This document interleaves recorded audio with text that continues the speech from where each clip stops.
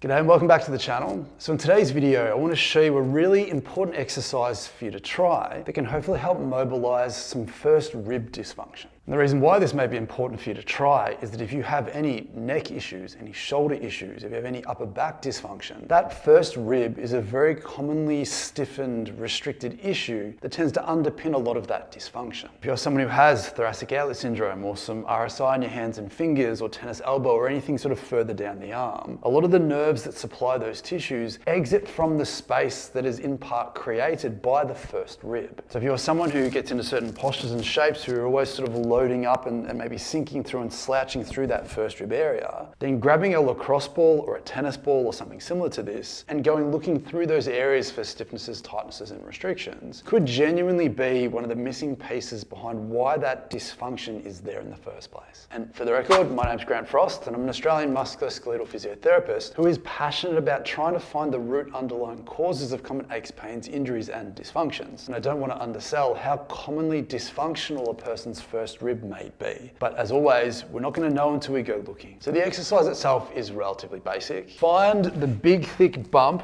at the base of your neck. This is a junction between your neck and your upper back. From here, ball goes right on the bump, literally rolls just off to the side onto the fleshy part. And then we want to get you to lie down on top of that ball. What we're looking for here is we don't just want to prioritize the spots that feel tender. We want to respect them. What we're actually looking for are spots that feel the most restricted. They may feel thicker, more dense, harder or stiffer than the other side. And this is really important because you could have one side that feels really tender and really symptomatic and quite painful for some people who have an issue relating to first rib dysfunction. But if the other side is very stiff, tight, thick and restricted, this is the side that we may actually need to focus on to make both sides function and feel better. But how I'd like you to be here is if you're just out to the side a little bit, let the ball press in for 30 seconds or 60 seconds. The other thing that you can try is with your arm out straight, you should be able to get to touch your arm on the floor while your arm is straight. But if I move down a little bit lower towards that sort of first rib, second rib area, and then I do the same thing again,